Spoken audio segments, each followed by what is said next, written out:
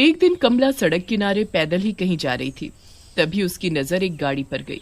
गाड़ी से उसकी बहुत पुरानी सहेली सुधा बाहर निकली। सुधा, सुधा, कौन हो तुम? क्या चाहिए? और मेरा नाम तुम्हें कैसे पता चला? तुम शायद मुझे भूल गई, पर मैं नहीं। मैं तुम्हारी सहेली कमला। हम एक साथ एक ही क्लास में पढ़ा करते थे। मैं तुम्हारे लिए रोज माँ के हाथ के बने आलू के पराठे लाया करती थी। याद आया? हाँ हाँ, याद आया। कमला, तुम कितनी बदल गई हो, मैंने तुम्हें पहचाना ही नहीं। अच्छा बताओ, तुमने अपनी ये क्या हालत बना रखी है? मांग में सिंदूर और गले में मंगलसूत्र देखकर तो लगता है जैसे तुम्हारी शादी हो गई है। तुमने सही कहा, मेरी शादी गांव में हुई है और मैं वहाँ बहुत खुश हूँ। एक 4 साल की बेटी भी है मेरी, पर वो वहीं अपने पिताजी के पास गांव में ही है। अपने पिताजी को वो बहुत प्यार करती है ना, तो उन्हें एक पल भी नहीं छोड़ती। मुझे यहाँ कुछ काम था, इसीलिए आई थी। ओह माय गॉड, ये तुम क्या बोल रही हो? शहर में पढ़ी लिखी और शादी गांव में, कैसे रहती होंगी तुम वहाँ? मुझे देखो, मेरे माँ बाप ने मेरी शादी एक रईस खानदान में की है। आराम से एसी में रहती हूँ, और तो और 2 कदम चलने के लिए भी मैं गाड़ी में ही जाती हूँ। शहर की तो बात ही कुछ और है, वो बात गांव में कहा। तूने गांव में शादी करके अच्छा नहीं किया। गांव में आके रखा ही क्या है? घुटन भरी जिंदगी, बस 2 वक्त की रोटी, पति और बच्चे का प्यार मेरे लिए बहुत है। जो सुख शांति गांव में है वो शहर में तो बिल्कुल नहीं है। अब तू मुझसे बहस करेगी? अरे मैं कह रही हूँ ना कि तुम्हारे गांव से अच्छा हमारा शहर है। दोनों बहस पर उतर आते हैं। बातें करते करते उन्हें काफी रात हो जाती है और उन्हें ये नहीं पता था कि वो सड़क के बिल्कुल बीचों बीच आ गए हैं। तभी सामने से एक ट्रक आता हुआ दोनों को कुचल कर चला जाता है। मरते ही दोनों सहेलियां चुड़ैल बन जाती हैं।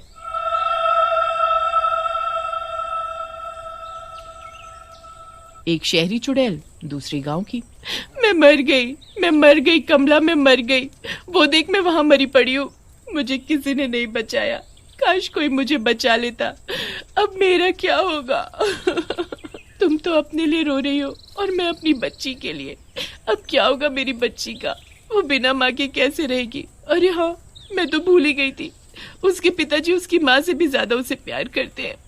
वो संभाल लेंगे उसे। अगर तुम हमारे गांव में होती तो तुम्हें एक खरोच तक नहीं आती। तुम फिर शुरू हो गई। ठीक है, फिर अब से हम एक काम करते हैं। तुम यहाँ शहर में रहोगी और मैं गांव में। तभी पता चलेगा कि गांव अच्छा है या शहर। फिर क्या था, दोनों एक दूसरे की जगह बदल लेते हैं। चुड़ैल बनी कमला शहर में रहती है और सुधा चुड़ैल का रूप लिए कमला के गांव में पहुंच जाती है। जैसे ही सुधा गांव में पहुंचती है, उसका एक पैर गाय के गोबर में पड़ जाता है। ओह माय गॉड, ये छी छी, क्या है? मेरा पैर, ये मेरे पैर में क्या लग गया? इससे कितनी बदबू भी आ रही है। छी, ओ, ऐसा लगता है कि अभी उल्टी हो जाएगी। तभी सामने से एक औरत रूपा सिर पर पानी का मटका उठाए वहाँ से गुजर रही थी। वो चुड़ैल को गोबर में सना देख उस पर हंसने लगती है। ये गांव है गांव, यहाँ कदम कदम पर ऐसा ही मिलेगा। संभल कर चलो चुड़ैल रानी। तुमने मुझे चुड़ैल कैसे बोला? तुम्हारी हिम्मत कैसे हुई मुझे चुड़ैल बोलने की? चुड़ैल को चुड़ैल नहीं बोलूंगी तो क्या बोलूं? तुम ही बता दो चुड़ैल रानी। हाँ। अरे मैं तो भूल ही गई थी कि मैं अब एक चुड़ैल हूँ। पहले जैसी नहीं दिखती अब मैं। अच्छा ये बताओ, मैं चुड़ैल हूँ, तुम्हें मुझसे डर नहीं लग रहा? हमारे गांव में आए दिन चुड़ैल घुस आती हैं। उन्हें हम मारते नहीं हैं, बल्कि उनसे पूछते हैं कि वो किस कारण से चुड़ैल बनी। आखिर उनकी क्या मजबूरी थी जो वो चुड़ैल बन गई मरने के बाद। फिर हम सब गांव वाले मिलकर उसकी इच्छा पूरी करते हैं और उसे मुक्ति दिला देते हैं, ताकि वो गांव वालों को दुखी न करे। उसके बाद वो चुड़ैल फिर कभी गाँव में दिखाई नहीं देती। अच्छा, तुम अपना ये गोबर वाला पैर आगे करो ताकि मैं इसे धो सकूं। What you mean गोबर? ये गोबर क्या है? इससे तो बहुत गंदी बदबू आ रही है। ये गाय का गोबर है, मतलब गाय की पॉटी। छी, तभी कहो इससे इतनी बदबू क्यों आ रही है। ये लो, जल्दी धो दो मेरा पैर। रूपा मुस्कुराती हुई वहाँ से आगे निकल जाती है। जिसे मैं जानती नहीं पहचानती नहीं, उससे मैं कब से बात कर रही थी और वो मुझसे जरा भी नहीं डरी। क्या सच में गाँव के लोग ऐसे होते हैं? नहीं, मैं कुछ ज्यादा ही सोच रही हूँ। अभी तो यहाँ आई हूँ, अभी तो पूरा गांव देखना बाकी है। इस गांव में आते ही मेरी क्या हालत हो गई। सोचो वहाँ शहर में कमला का क्या हाल हो रहा होगा। वहाँ शहर में कमला इधर उधर भटक रही थी। उसे छुपने की कोई जगह ही नहीं मिल रही थी। ये शहर इंसानों से भरा पड़ा है, पैर रखने तक की जगह नहीं है। कुछ समझ ही नहीं आ रहा कहाँ जाऊँ। तभी कमला को सामने पकौड़ों की दुकान दिखती है। वो सीधी वहाँ घुस जाती है। भैया, क्या मुझे थोड़े पकौड़े दोगे? बहुत भूख लगी है, इसके मैं तुम्हें पैसे भी दूंगी।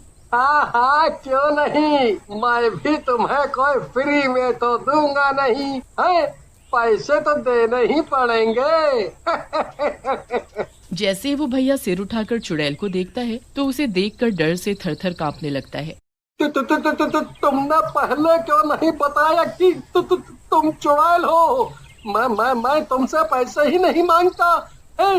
तुम ये पकोड़े फ्री में खाओ, पर मुझे मत खाना, चाहे तो सारे खा लो। पकौड़े वाला भैया तुरंत वहाँ से भाग खड़ा होता है और एक तांत्रिक को अपने साथ बुला लाता है। वो देखो, वो रही चुड़ैल। मेरी दुकान पर चुड़ैल ने कब्जा जमा लिया है। बाबा, अब आप इसे अपनी तंत्र विद्या से भगा दो। आपको जितना पैसा चाहिए मैं तुम्हें दूंगा। हाँ। ऐसी पता नहीं कितनी ही चुड़ैलों को हमने भस्म किया है। ये चुड़ैल हमारे सामने कुछ भी नहीं है, अभी देखो। तांत्रिक थैले से भस्म निकालता है और मंत्र पढ़ने लगता है। नहीं नहीं, ऐसा मत करो, मैंने तो किसी का कुछ नहीं बिगाड़ा। फिर तुम लोग बिना वजह मुझे क्यों तड़पा रहे हो? इससे पहले कि ये तांत्रिक मुझे भस्म करे, मुझे यहाँ से गायब होना होगा। चुड़ैल फौरन वहाँ से गायब हो जाती है और किसी के घर पहुँच जाती है। अगर मैं थोड़ी देर और वहाँ रहती तो उस तांत्रिक ने मुझे भस्म ही कर दिया होता। पर ये मैं कहाँ आ गई? चुड़ैल मनोहर के घर में थी। मनोहर जैसे ही नींद से उठता है, उसकी पत्नी उसके लिए कॉफी लेकर आती है और मनोहर के हाथ में थमा देती है।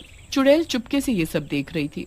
छी, कितने गंदे लोग हैं ये। बिना हाथ मुंह धोए, बिना नहाए कैसे बिस्तर में ही चाय पी सकते हैं? हमारे यहाँ तो उठते ही सब सबसे पहले नहाते हैं और उसके बाद पाठ पूजा, फिर जाकर चाय पानी करते हैं। और यहाँ देखो, मुझे तो पहले ही शहर पसंद नहीं था, इससे तो हमारा गांव अच्छा है। यहाँ चुड़ैल कमला और वहाँ चुड़ैल सुधा भटक रही थी।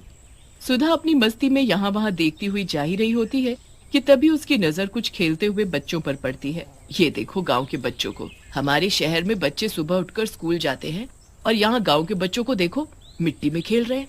कोई पढ़ना वढ़ना नहीं है इन्हें, दिन भर बस उछल कूद। तुम बच्चे यहाँ क्यों खेल रहे हो? स्कूल क्यों नहीं जाते? ये तो चुड़ैल है। माँ, बचाओ। राजू, डर मत, मैं हूँ ना, मैं तुझे कुछ नहीं होने दूंगी। तुम बच्चे स्कूल क्यों नहीं जाते बताओ, नहीं तो मैं तुम सबको कहाँ जाऊंगी।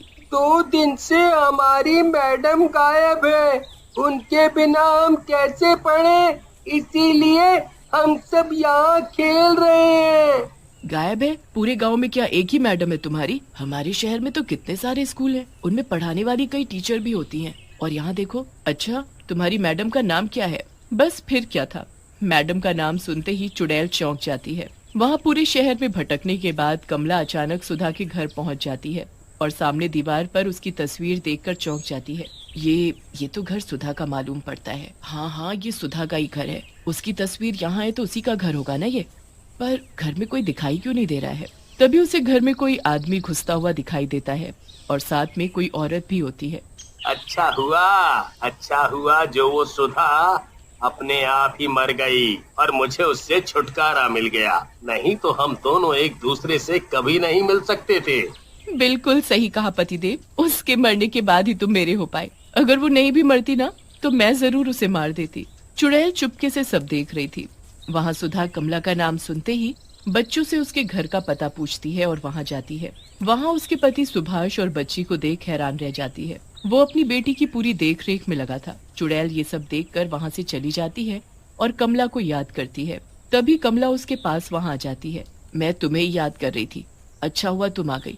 मैंने तुम्हारा पूरा गांव देखा और देखकर ये ही पता चला कि यहाँ ऐशो आराम भले ही नहीं है, पर यहाँ के लोग बहुत अच्छे हैं। खुली हवा में सांस लेना कितना अच्छा लगता है।